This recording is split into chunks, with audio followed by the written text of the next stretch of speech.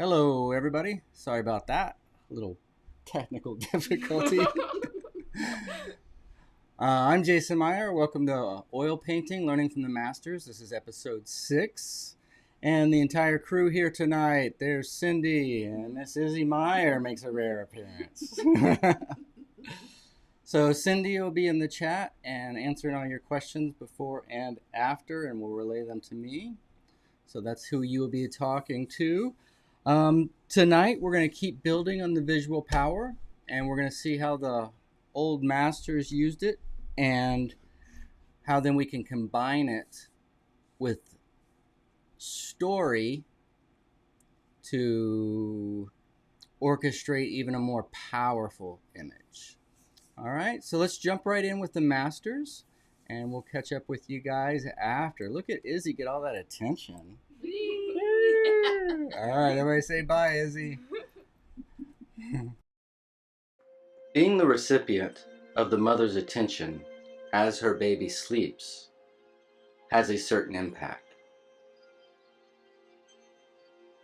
Being the recipient of the mother's and child's attention has a slightly different impact.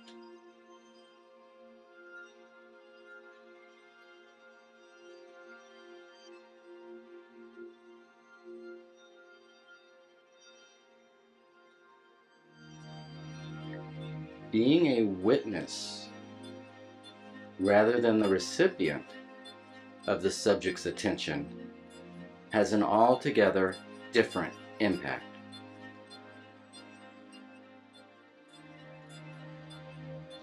We can even witness the subject being the recipient of another's attention. Or perhaps the artist uses visual power to cause the viewer's attention to dance across the canvas.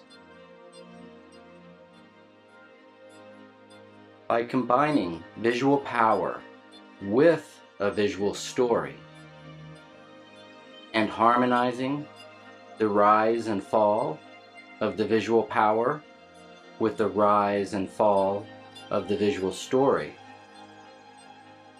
the visual impact increases exponentially.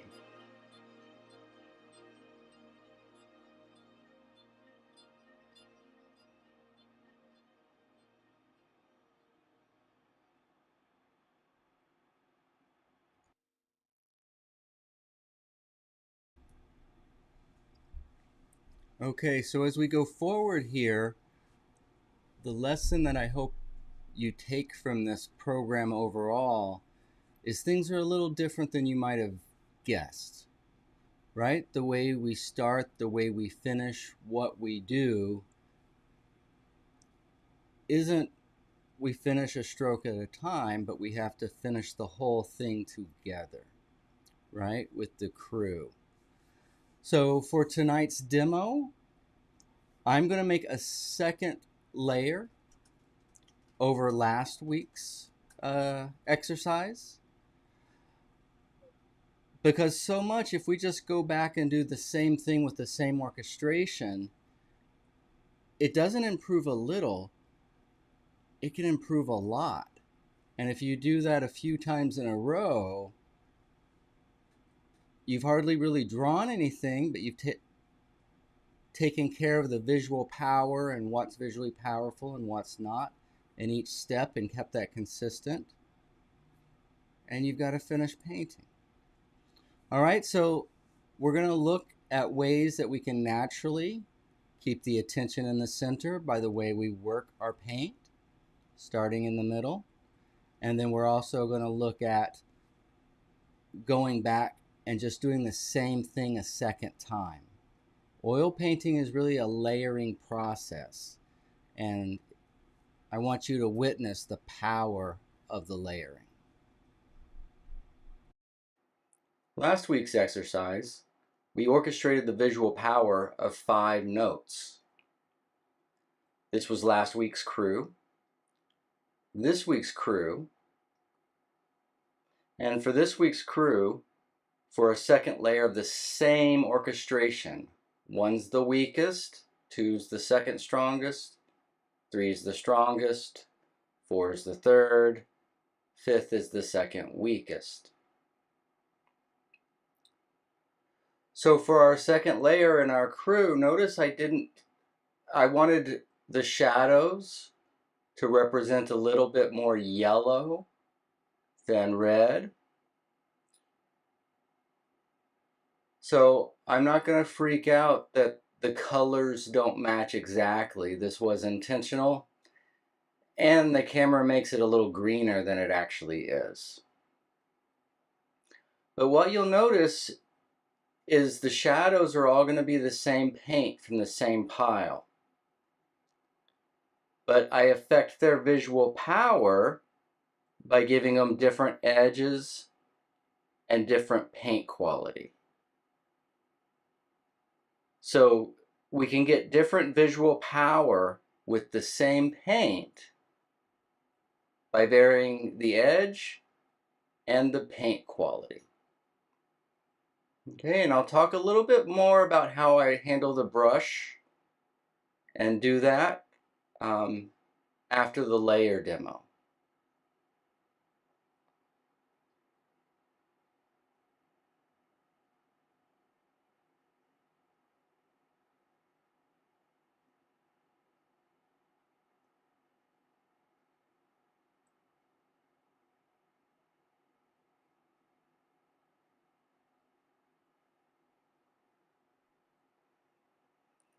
After we have the shadows, because we're working from dark to light, we move to the background. And notice how I can affect the chroma by thinning the paint. Right, letting a little bit of last week show through. And what does that do? It grays off the chroma of the background. And so with number 5 being the most, I wanted the biggest difference between the background and the light there. And then the second biggest difference between the background and the light in number 2. Again, notice how, although there's some slight variation in background paint, background color, there's a lighter and a darker, I'm still using paint quality and edge to affect the look of the paint. Notice as I soften the edges of these masses of the background, the whole thing begins to gray off. And generally it weakens the value as well.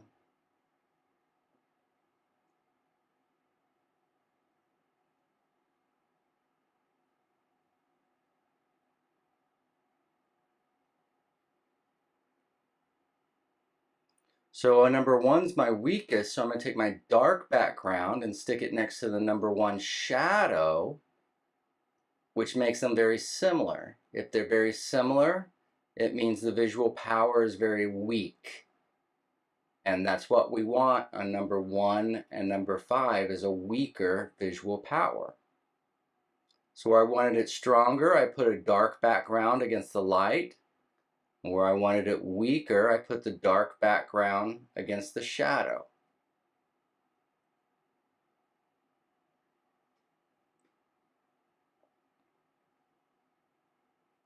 So the secret to each layer and to keep working on the painting is to use the same orchestration. In other words, I'm not going to change which number, like number 3 is the strongest. On my second layer, I'm not going to decide, well, I want number 1 to be the strongest. So you have to have your mind made up before you begin, and then if you just do that same illustration with a few layers, you can have some very powerful paintings.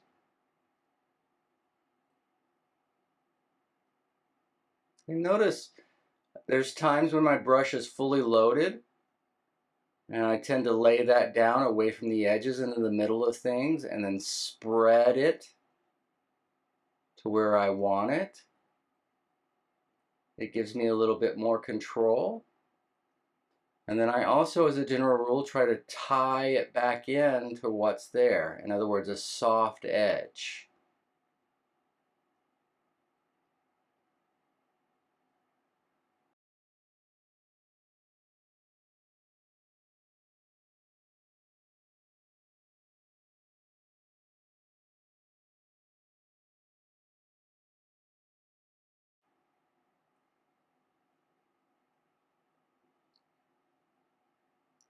So the most, I'm going to lay the paint down in the middle, and then from the middle take it to the edge, which gives me more edge control. I can decide if I want it hard and crisp or not quite take it to the next meeting place. So the paint on this one, I want it visually weaker, so the paint's not quite as thick. Right? The edges are getting a little bit thinner and weaker. It's not the body of the paint, the body of the color is not quite as big from edge to edge. And then here I'm just getting a little background. Again, to soften up those edges, which is going to help to just weaken that visual power. A little less than number 2. And for number 4, I went ahead and added a little background. And again, less paint quality. The edges aren't quite as crisp.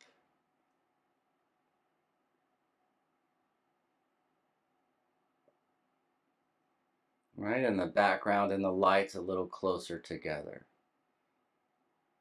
So a little bit more of the background here, and then look how open I leave the paint. Right, because that's going to make that visually weaker than if that paint was flat and solid.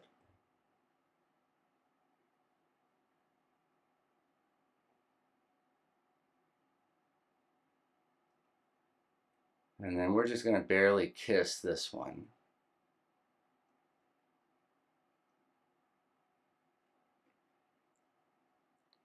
So on to the highlights. And again, with the same orchestration, most, strongest to weakest.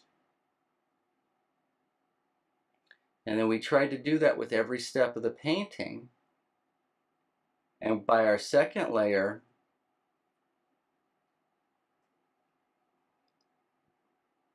the difference is much greater in the strongest to the weakest than it was in the first layer alone.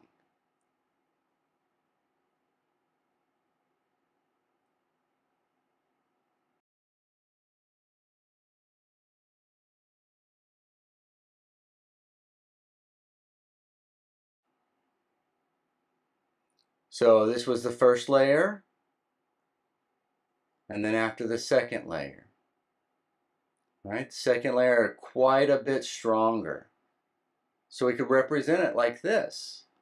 First is the weakest, the third is the strongest for the first layer, and after the second layer, whoa, that difference is bigger.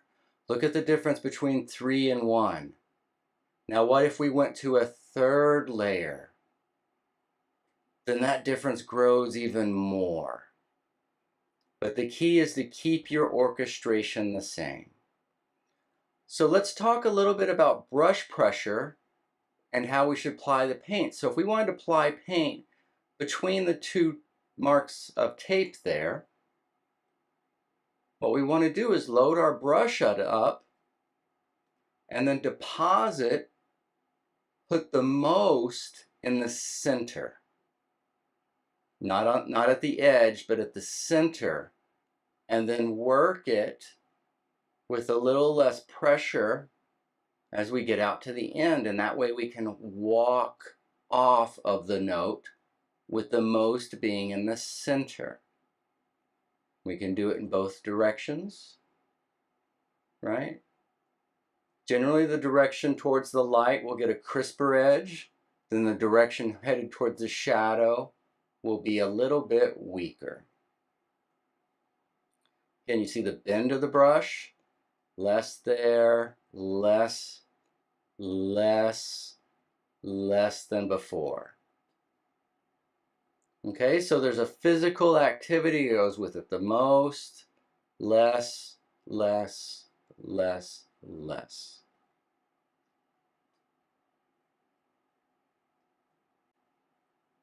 So when we combine that movement with paint, what happens?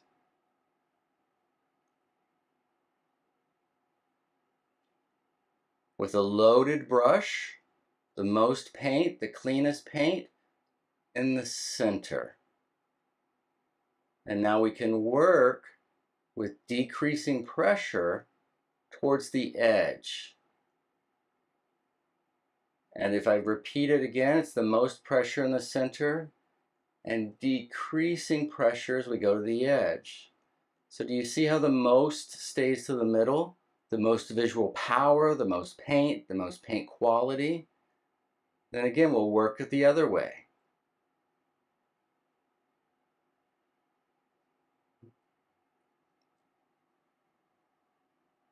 Okay, and this is how we can control our visual power and keep the most visual power in the center.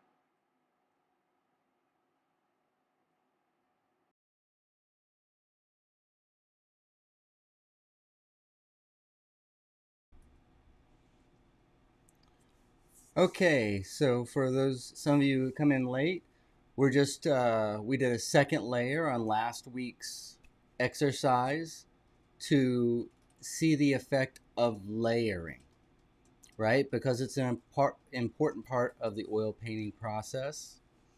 And then the second part of the demo was really about laying down paint, right? And how we can do that with more control. Part of having control in the language of mass is not getting too edgy. So we want to make things appear without outlining everything with hard edges. Okay, so again, this is so important, and one of the best emails I got this week basically said, oh, the things you sort of understand. And that was just brilliant, because that was what this exercise is made to do. Is it's made to expose, if we know how to control the visual power of what we're doing, and to give you the tools to control it. But admittedly, there's a few things here. So as we go into the student work, we're going to take a tour of some. I was unable to get to everybody's, I apologize, but we've got some, and I wanted to share with you some of the other students' works. And then I'll go through talking about basically doing a second digital layer on a couple of them, with it spelled out what you change and what stays the same. We'll do that twice, and then we'll come back for our final exercise for this week.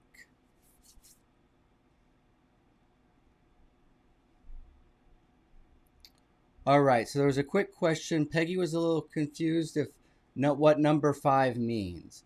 Number 5 is just the 5th visual power.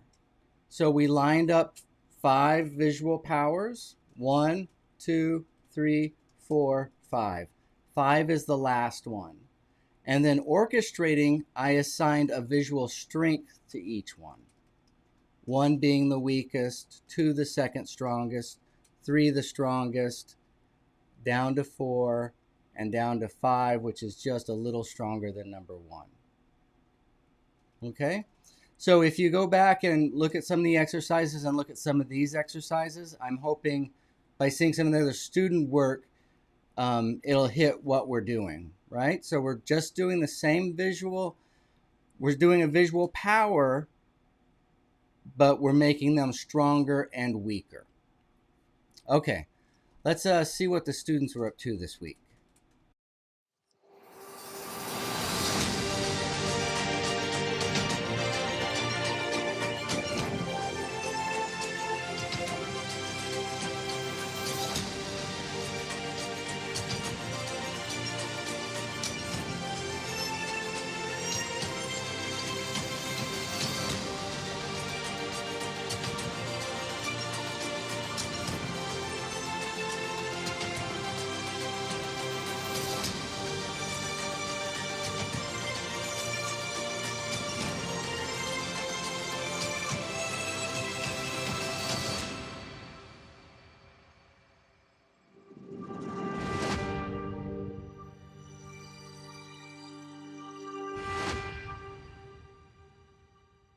Let's review last week's exercise.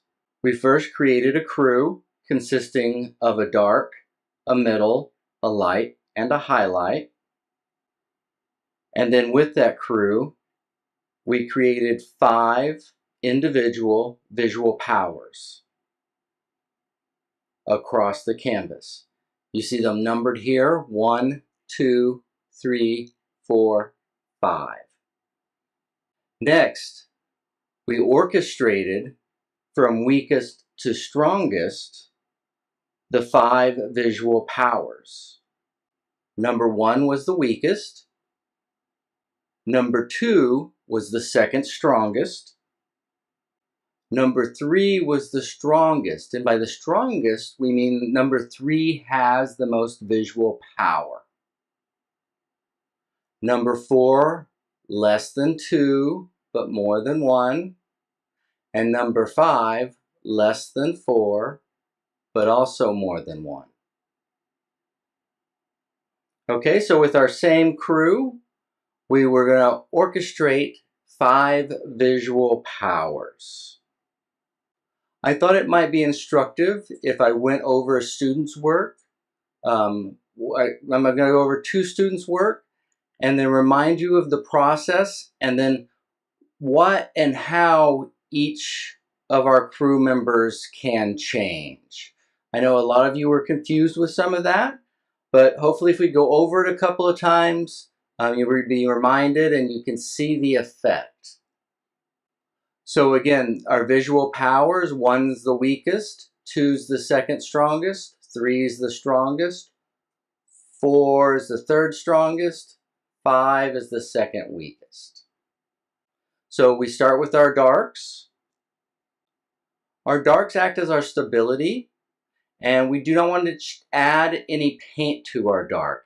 Keep the dark paint the same. So to change the impact of the dark, you can change the edge or the paint quality. Okay, but we're going to work at the same pile without varying that pile at all for our dark. After the dark, we do the middle.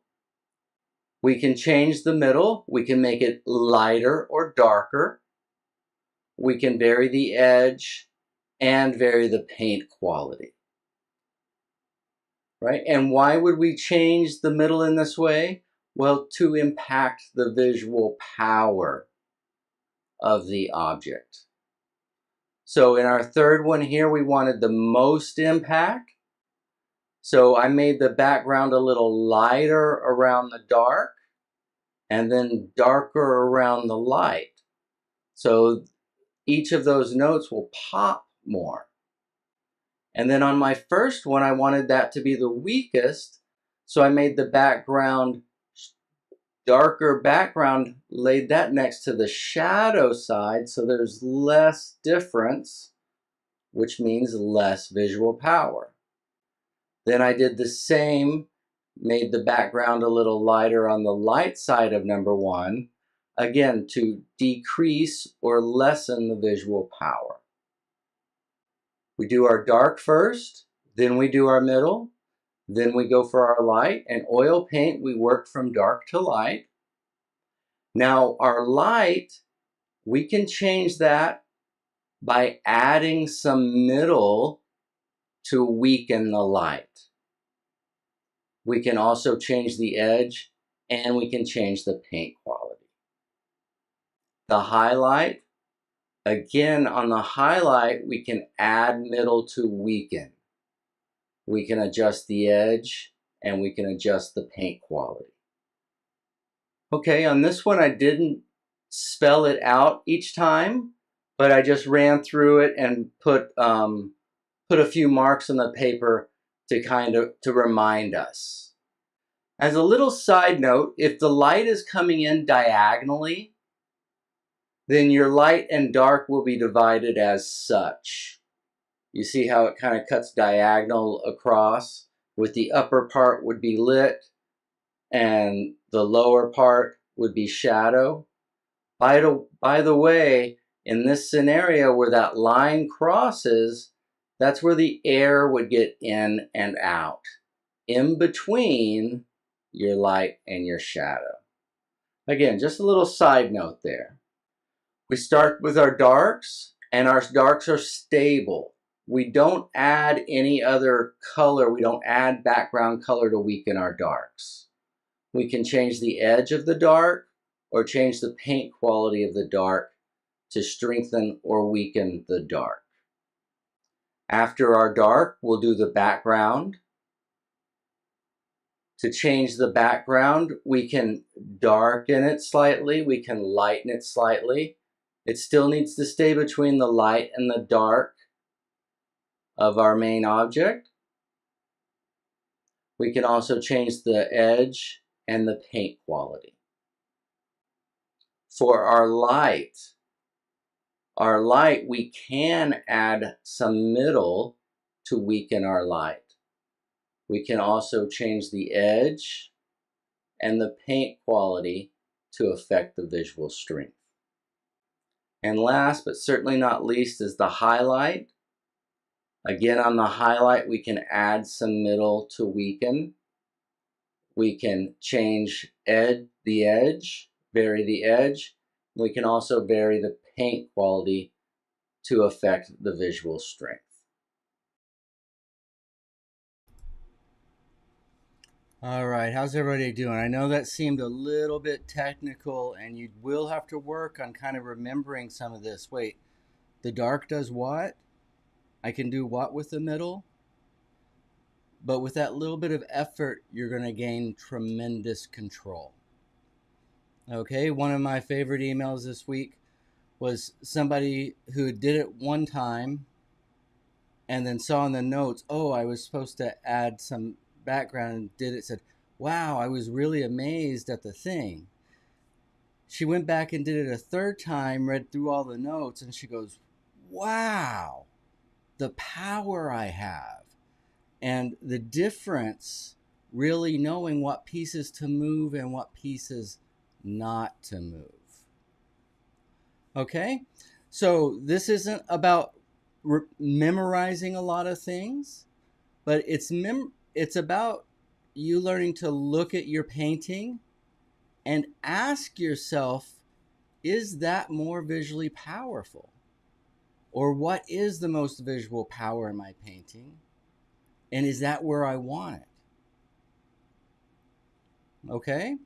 So if these sorts of things seem to get a little tedious to you, and trust me, I can understand if they do, I just want to encourage you to continue with it. See it through. Do it a few times. And then let me know if you have questions. Hey, I'm confused about this, or I'm not sure about that. Right? And in clarifying those little things, again, they said, oh, the things you sort of know. I don't want you to sort of know this. I want you to know it. And that's where you have the power as a painter. Okay, so for our exercise this week, rather than describe it, I'm going to go through and just show you the video. There's a few graphics up there telling you what to do. Don't panic. After the video, I'll pull those graphics up. You can have a chance to copy the screen or take some notes, but you don't have to be in a big hurry. But be ready afterwards to see those graphics, because those are the notes you'll use to do your exercise this week. All right, let's get to it. For our exercise this week, we will approximate a left cheek, a nose, and a right cheek. The visual power will be the left cheek will be the medium, the nose will be the strongest, and the right cheek will be the weakest. We'll start with the dark. On the nose, it's just underplanes and indicate the sides, and the cast shadow. The brow ridge, underplanes, cast shadow, and we want to indicate the pinch. Whenever I start, I just very lightly mark off the space I'll be using. And so that's what you'll be seeing here. Just lets me get a feel for the place where I'm working. I don't complicate this by trying to draw a nose. Paint an underplane, just the dark underplane, and then let the cast shadow wrap over, make it show the volume, right, of the teeth. On a dog, it would be the muzzle. But it's just our mouth. Don't make it complicated. We're going to indicate the sides here. And later we'll tend to the edges, but the inside edges we want sharp. Now if we go straight up the middle and then just a little bit over, we want the pinch of the nose, right? This is the center of the face. So if we can get them to look here, instead of the edge of the cheek or the ear or the hair, it'll feel like volumes. So here's the underplane of the brow ridge. Okay, again, that top edge is going to be soft. And then that'll be a little soft there as that tucks under before the nose protrudes out. Soft edges up at the top. Okay, and then we have the form shadow and the cast shadow of the nose. The outside of the cast shadow where it meets the right cheek will be a hard edge. The inside of the shadow where the nose turns from light to dark will be a soft edge.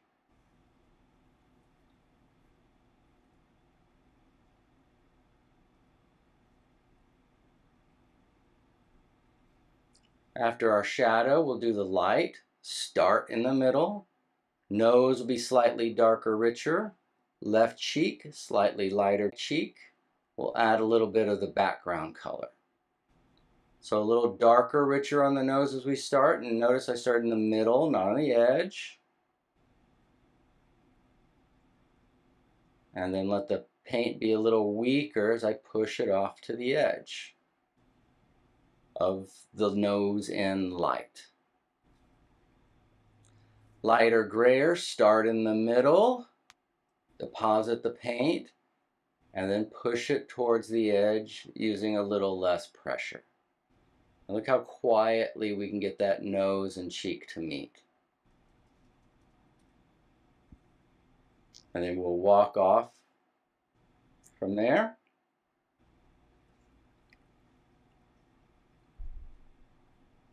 I'm going to add just a little middle.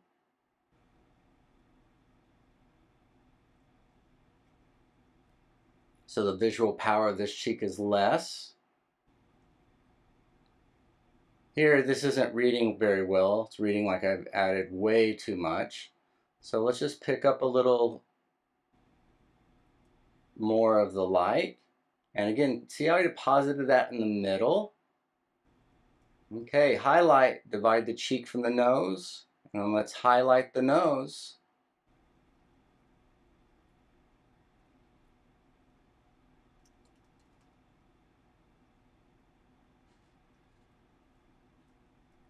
Highlight on the end of the nose, and then with the soft, quiet light here, we can make the end of the cheek and the beginning of the nose.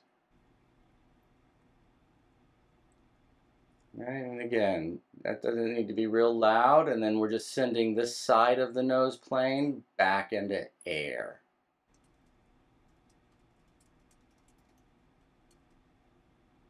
So a little bit more on the top plane over here.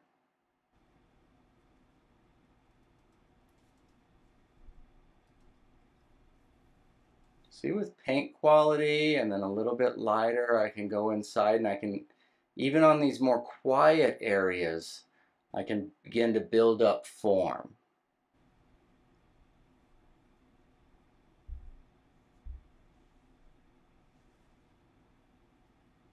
More in the middle. Again, for that top plane, let that be a little more lit up.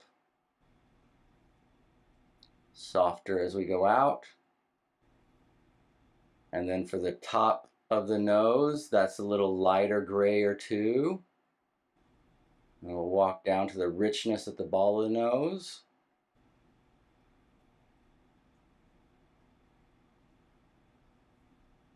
Softening the edge, and then on the highlight, the ball of the nose is a top plane.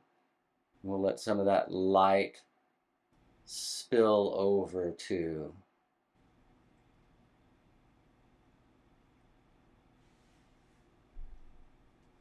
That's your exercise.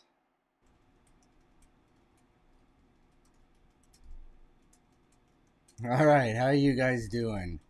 You guys up for that exercise, or was that too much? Why everybody catches, there's about a 45-second, 1-minute delay so that you can ask questions. I want to go over the handouts.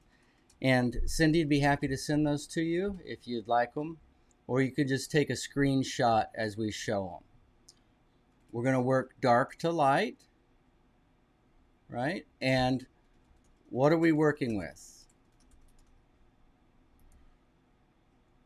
We're going to approximate. I'm not asking you to map out, but just approximate a left cheek. We're going to call that number 1, nose, number 2, and right cheek, number 3. So we can think of those as 3 visual powers. Let's orchestrate those visual powers as the left cheek, as we're looking at it, is in the middle. Let's have the nose be the strongest focal point. In other words, I want you to focus inside the cheeks. And then number 3 can be the weakest. In the exercise, I really drew the other cheek as if the head was turned a little bit. But the point was just to show you how you can weaken certain points. All right, as we get to our dark, right? So we're going to take in our crew our dark, and with that crew member, we're just going to do an underplane, and then we're going to indicate a shadow that goes over. Right? Indicate the cast shadow that goes over, and then just indicate the sides. Don't get fancier than that.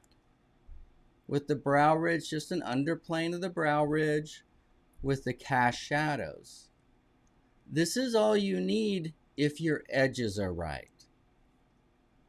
So test to see if you know your edge sequences. If not, we can address it next week.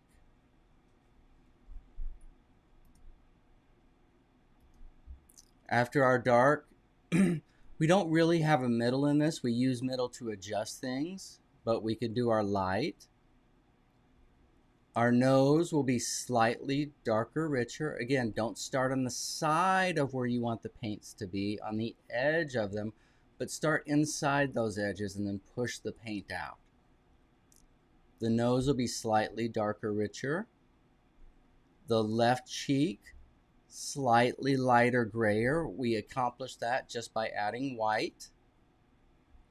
And then the right cheek, we can add a little middle color to the left cheek. And that will lower the visual power. Okay?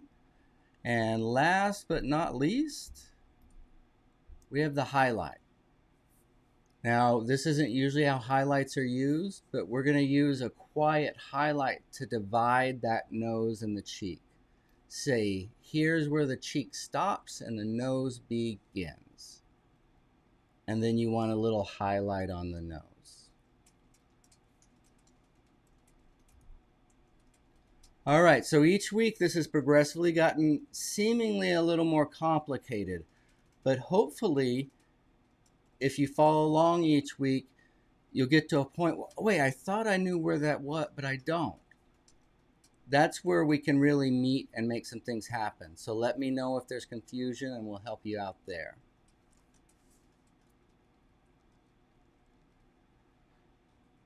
No, Susan, let's see, she says she doesn't get the highlight on the left cheek.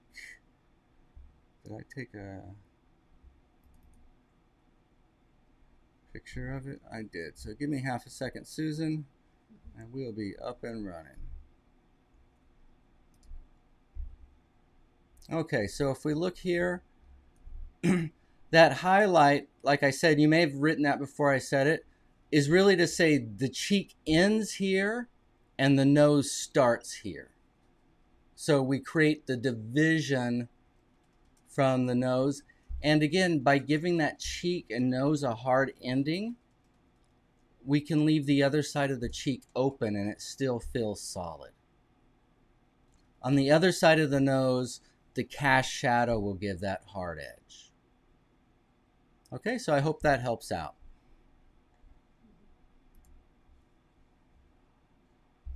All right, so any questions, you can let Cindy know. But this is going to be about as far as we take it on this subject. Next week, my intention is to talk about visual power in terms of depth. Usually that's associated with landscape, but it can also be associated from the end of the nose up to create depth like that. Or if something's coming right at you, to create the depth from the tip of the finger back to the knuckle. Okay, so we'll do that. Better understanding. I'm getting. Thank you, Peggy. I'm glad. My goal is for everybody to understand. All right, everybody have a beautiful week. If you have not, please give us a thumbs up and subscribe. If you think it's worth a little bit more of that, we really appreciate all those donations that's coming in. It's allowing us to spend a little more time and do some outside things for these programs to improve them. So hopefully in the next few weeks, you'll be seeing that improvement for sure. All right, paint, paint, paint.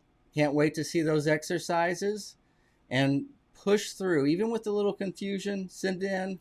Let's try to work that out. But let's get better together. All right, love you guys. We'll see you next week. Bye-bye.